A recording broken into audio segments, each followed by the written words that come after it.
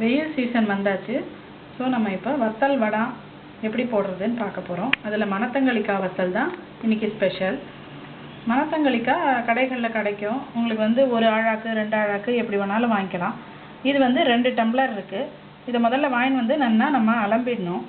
அலம்பிட்டு அதுக்கப்புறம் அதில் இப்போ இது 2 டம்ளர் மணத்தங்காளிக்காய் வத்தலுக்கு 1 டம்ளர் தயிர், ஒரு அரை டீஸ்பூன் மஞ்சப்பொடி, ஒரு 1/4 டம்ளர் உப்பு, இது 3த்தையும் போட்டு நல்லா ஒரு 2 நாள் ஊற வச்சிடணும்.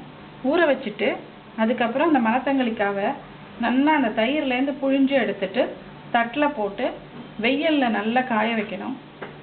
திருப்பி அதை எடுத்து சாயந்தரம் அந்த தயிர்லேயே போட்டு இதே மாதிரி ஒரு 3-4 நாள் ஊற வச்சு நல்லா காய வச்சா நல்லா காஞ்சிரும்.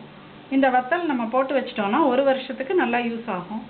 இது ரொம்ப மெடிசினல் வேல்யூ உள்ளது. வாய்ப்புண், வயிற்றுப்புண் எல்லாத்தையுமே ஆற்றும். முதல்ல இதில் அரை டீஸ்பூன் மஞ்சப்பொடி போட்டு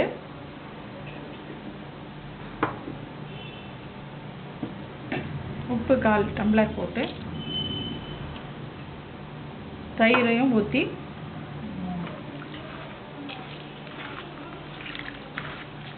நல்லா கலந்து அப்படியே 2 நாள் ஊற வச்சிடணும்.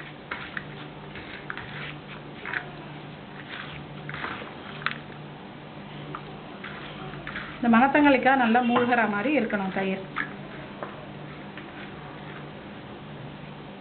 இதை போட்டு நல்லா மூடி வச்சுட்டு 2 நாள் நல்லா ஊறணும். ஊறின அப்புறம் நம்ம தட்டில் எடுத்து அந்த தயிரை எல்லாம் புழிஞ்சு அதை அப்படியே காய வைக்கணும்.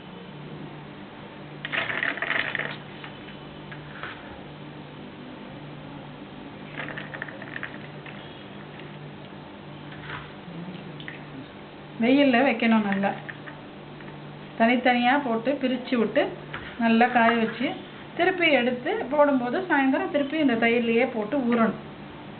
அது ஊறி திருப்பி எடுத்து வச்சு ஊறி அந்த மாதிரி ஒரு 5 நாளைக்கு பண்ணணும்.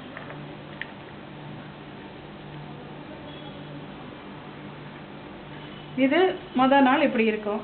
ஒரு 2 நாள் காஞ்சதுக்கப்புறம் இந்த மாதிரி ஒரு ஸ்டேஜ்க்கு வரும். 5 நாள் காஞ்சதுக்கப்புறம் பார்த்தீங்கன்னா இந்த மாதிரி வந்துடும். இதை நல்லா ஒரு காற்று புகாத ஒரு கண்ணாடி டப்பாவில் போட்டு நல்லா மூடி வச்சிட்டோம்னா எப்போ வேணும்னாலும் எண்ணெயிலையோ இல்லை நெய்லையோ போட்டு நல்லா பொரிச்சு எடுத்து சாதத்துக்கு தொட்டுண்டும் சாப்பிட்லாம். இல்லைனாக்கா சாதம் போட்டு நெய் ஊற்றி பிசைஞ்சும் சாப்பிட்லாம். உடம்புக்கு ரொம்ப நல்லது.